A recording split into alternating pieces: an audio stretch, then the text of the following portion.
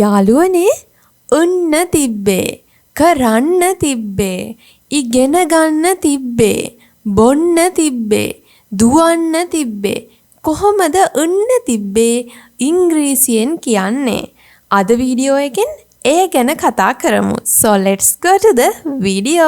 යාළුවනේ ඉංග්‍රීසි කතනය පහසු කරවන මේ වගේ පැටර්න් ඉගෙන ගන්න ඔයත් ආසද? එහෙනම් Clear English channel එක subscribe කරලා අදම එකතු වෙන්න. සාමාන්‍යයෙන් ඔයාටත් එදිනෙදා ජීවිතයේදී මේ වගේ සිද්ධි ප්‍රකාශ කරන්න වෙලා ඇති. අයියෝ තරගය දිනන්න තිබ්බේ. අපරාදේ මට උදේම හැරෙන්න තිබ්බේ.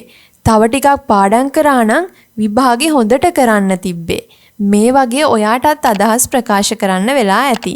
ඉතින් මේ සඳහා ඉංග්‍රීසි භාෂාවේදී අපි භාවිතා කරන්නේ should have කියන ඉංග්‍රීසි පැටර්න් එක.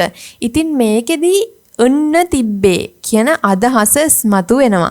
යාළුවනේ වැදගත් දෙයක් තියෙනවා කියන්න මේ වගේ පැටර්න්ස් ඉගෙන ගන්න ඔයත් ආසනම් description box එකේ links තියෙනවා ගිහින් තවත් පැටර්න් ඉගෙන ගන්න. එහෙනම් වැඩි කතා නැතුව අපි යමු should have ඉගෙන ගන්න. හොඳයි අපි බලමු should have කියන පදයේ අදහස.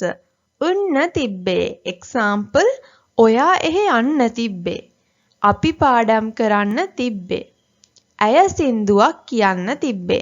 ඉතින් මේ වගේ එන්න තිබ්බේ කියන අදහස ප්‍රකාශ කරන්න ඉංග්‍රීසි භාෂාවේදී යොදාගන්නේ should have. අපි බලමු should have යොදාගෙන වාක්‍ය නිර්මාණය කිරීමේ structure එක. So let's go to the another slide.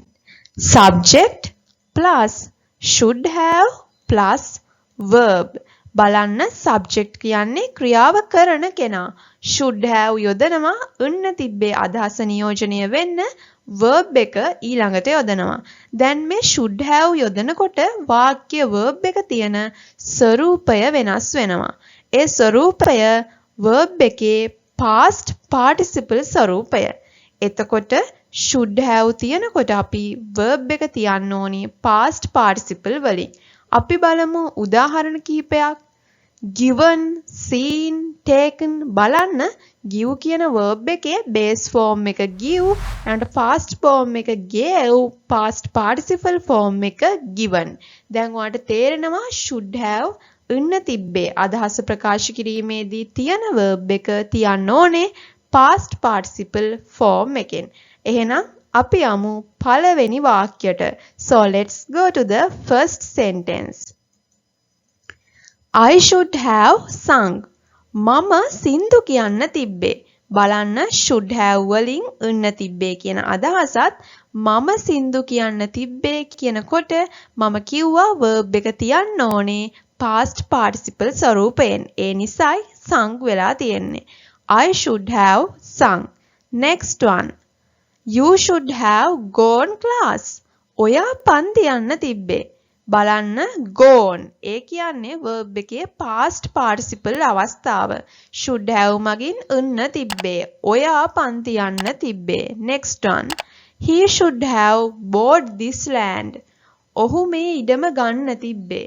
He should have ඉන්න තිබ්බේ කියන අදහසත් bought මගින් verb එකේ past participle අවස්ථාව නිරූපණය වෙනවා. එතකොට he should have bought this land. Next one. We should have learned English. අපි ඉංග්‍රීසි ඉගෙන ගන්න තිබ්බේ. බලන්න ඉංග්‍රීසි ඉගෙන ගන්නවට කියන learn කියලා. එතකොට මෙතනදී අපි past participle form එක විදිහට learned යොදාගෙන තියෙනවා. We should have learned English. බලන්න next one.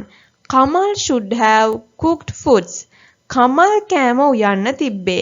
Kamal should have cooked foods. Kamal කෑම උයන්න තිබ්බේ. උන්න තිබ්බේ කියන අදහස should have මගින් ඉස්මතු වෙනවා. එතකොට කෑම උයනවට කියන්නේ cook. මෙතනදී past participle අවස්ථාව cooked වෙනවා. ඉතින් යාළුවනේ අද අරගෙන ආවේ ඉංග්‍රීසි භාෂාවේදී කතනය පහසු කරන ඉංග්‍රීසි පැටර්න් එකක්. යාළුවනේ අද වීඩියෝ එක හොඳයි නම් like කරන්න. ඔයාගේ යාළුවන්ටත් මේ දේවල් කියලා දෙමු. එහෙනම් share කරලා එයාලටත් මේ ගැන කියන්න. අද වීඩියෝ එක ඔයාට වැදගත් වුණා නම් අපේ YouTube channel එක subscribe කරලා දිගටම එකතු වෙන්න. මේ වගේ ඉංග්‍රීසි වීඩියෝ එකකින් ඉක්මනින්ම එන්නම්. සුබ දවසක් මගේ යාළුවෝ හැමෝටම. බයි.